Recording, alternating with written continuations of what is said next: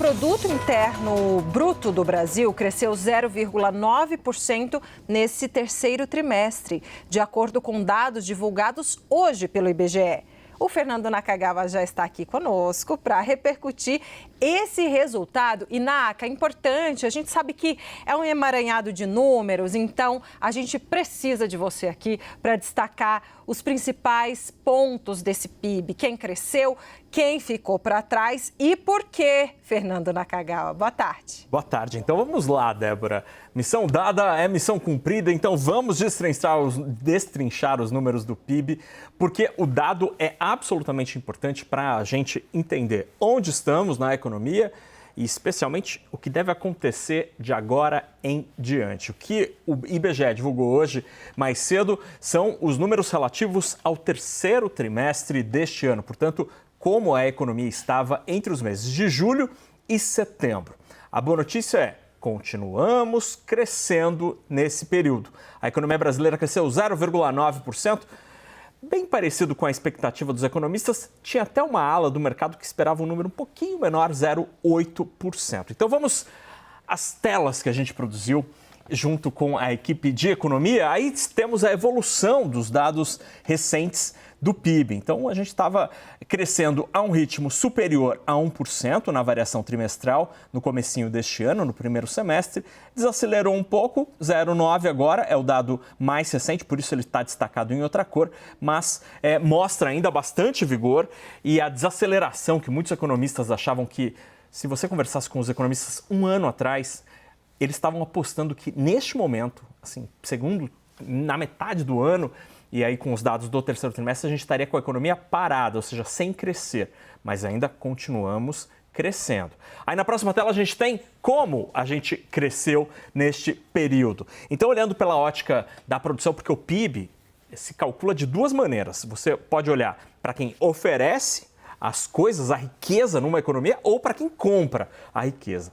Então, quando você olha para quem oferece, quem produz a riqueza, o PIB cresceu especialmente pelos serviços e também pela indústria. Serviços do tipo restaurante, hotelaria, escola, saúde, tudo isso continua crescendo com força desde o finalzinho da pandemia. A indústria também cresceu 0,6%. Só o agronegócio que teve contribuição negativa, teve uma queda de quase 1%, mas existe um fator sazonal. A agricultura tem safras e era esperado que nesse trimestre a gente não tivesse números fortes. O próximo trimestre será melhor no campo. Aí quando a gente olha para o outro lado da tabelinha, como a economia comprou tudo isso, essa riqueza, o consumo das famílias continua crescendo, teve um crescimento de 1,5%, porque a renda e o emprego estão fortes.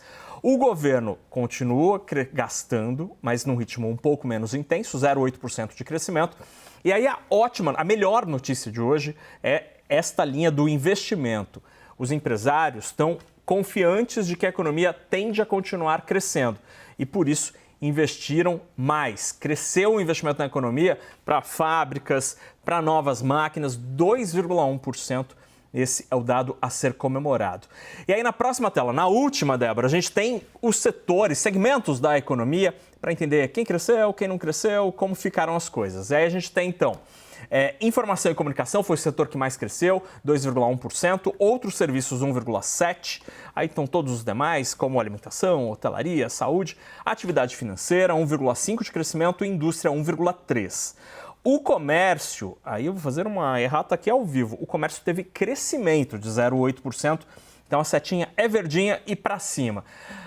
Transporte teve queda, sim, de 0,6%. Eletricidade, água e esgoto, serviços de utilities, como dizem os economistas, 1,4% de queda. E a construção, essa sofre muito com juros elevados que estão subindo, queda de 1,7%. Acho que o resumo dessa história toda, Débora, é que a economia continua crescendo, tendo fôlego, apesar do início do ciclo de alta dos juros, especialmente porque para as pessoas, para as famílias, o emprego continua forte. Existem vagas disponíveis e, diante do desemprego baixo, os salários estão aumentando. Isso garante aumento da demanda das famílias. Ao mesmo tempo, os empresários estão confiantes, estão aumentando seus investimentos. Então, isso tudo tem dado robustez para a economia. Os economistas acham que o efeito do juro alto vai ficar cada vez mais claro nos próximos trimestres e no ano que vem a economia vai crescer menos que crescerá este ano. Para além disso, tem uma outra implicação ali no comecinho da asa sul aí em Brasília, que é o Banco Central. Com a economia forte, crescendo e a inflação ainda em aceleração, o Banco Central deve continuar no seu esforço de subir os juros para reduzir a inflação. E por isso, os economistas acham que na próxima reunião, que é na semana que vem, o Banco Central deve apertar a dose, acelerar o ritmo do aumento de juros, talvez provavelmente com um aumento de 0,75 ponto na taxa Selic, e tem gente até que fala em aumento de 1 ponto percentual. A ver, o Banco Central tem dado pistas ali de que está preocupado, mas nem tanto. Naka, eu vou pedir, só para voltar para a penúltima tela, que tem 2 dados aqui que me chamam a atenção. Olha só, consumo das famílias. Queria falar sobre consumo das famílias e sobre investimentos. Então, começando do consumo das famílias, a gente sabe que o governo fez uma série de medidas para tentar desendividar as famílias, né, para negociação de dívida. E a gente sabe que Lula 1 e Lula 2 apostaram muito no consumo, no crescimento do PIB, no crescimento da economia via consumo. A minha pergunta para você, assim, queima-roupa, a gente não combinou, mas é o seguinte, Fica bom. Esse número do trimestre, tá? O recorte é do trimestre, isso que a gente está falando, essa variação. 1,5%, ele condiz com as expectativas, quer dizer, tem um resultado do que o governo fez, das apostas que o governo fez, com o aumento real de salário mínimo, enfim, e também dos benefícios sociais, enfim. Isso se traduziu de uma maneira coerente, vamos dizer assim?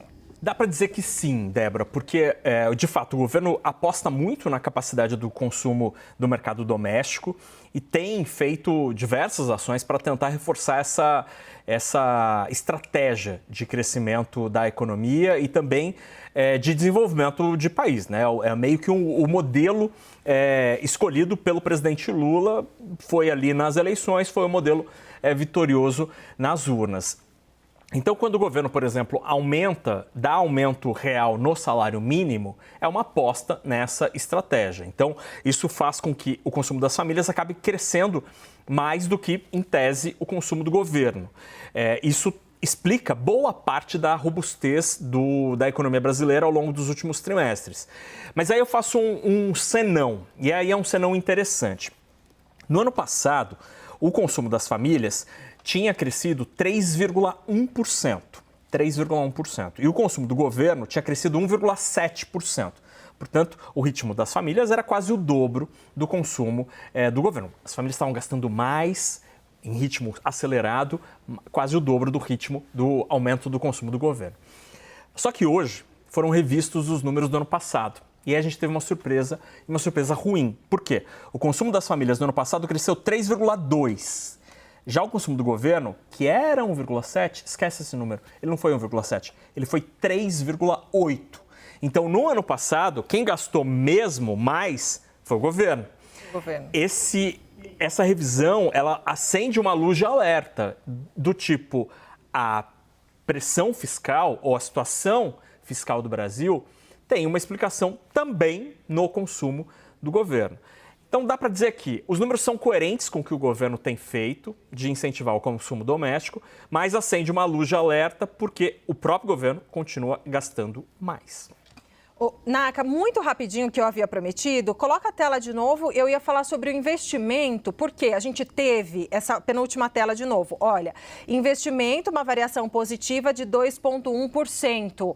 Só que você acabou de me dizer que as perspectivas dos juros, ela é de aumentar num ritmo ainda mais acelerado, ou seja, continuar em alta, quando em outro momento pensou-se que terminaríamos os juros esse ano em um dígito.